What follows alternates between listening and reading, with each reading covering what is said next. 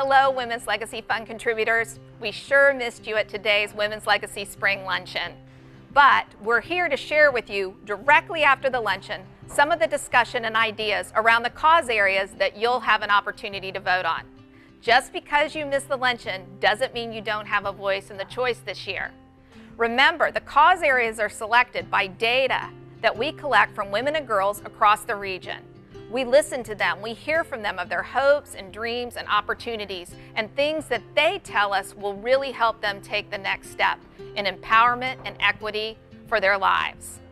This year's cause areas were really related to business, how to support women and girls as they make decisions around maybe the business they want to be in.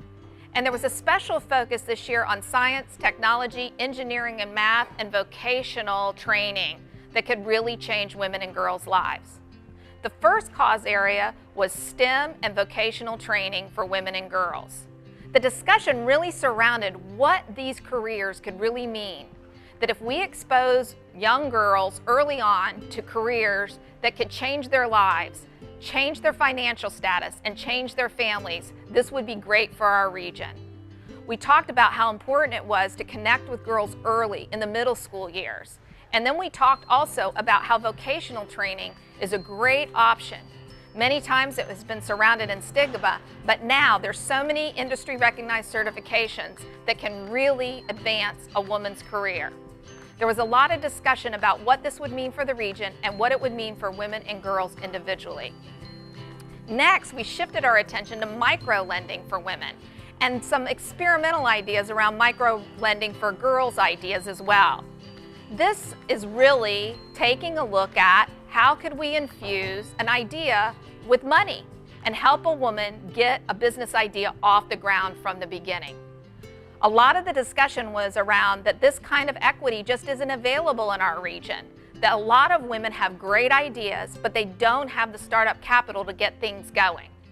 How could the Women's Legacy Fund support ideas that would help women with micro-lending? And how could we encourage girls to know that this kind of financing could be available later for them? We had a great discussion on what it means to have access to this kind of capital, and everyone agreed that it could really change lives.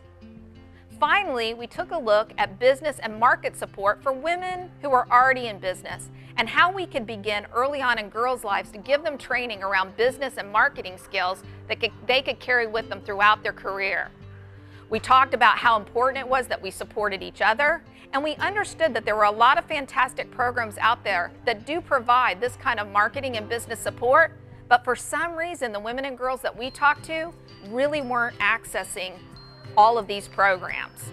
So we really thought about how could we have better access to the programs that exist that support women and girls in things like marketing, finances, human resources, how they build their careers. How can we create an ecosystem in Southwest Florida so women want to stay here and not move away? That they know that this region is a place where women can thrive in their careers and in business, and they can earn an equitable wage. There was a lot to think about, and I know that you have a lot to think about before you cast your vote. If you have any additional questions, don't hesitate to reach out to us at the Foundation, and we'll be happy to give you more information. At the conclusion of this video, you'll have the opportunity to exercise your voice in the choice for this year's cause area. Thanks. We look forward to walking alongside of you as we make the selection for this year's grant.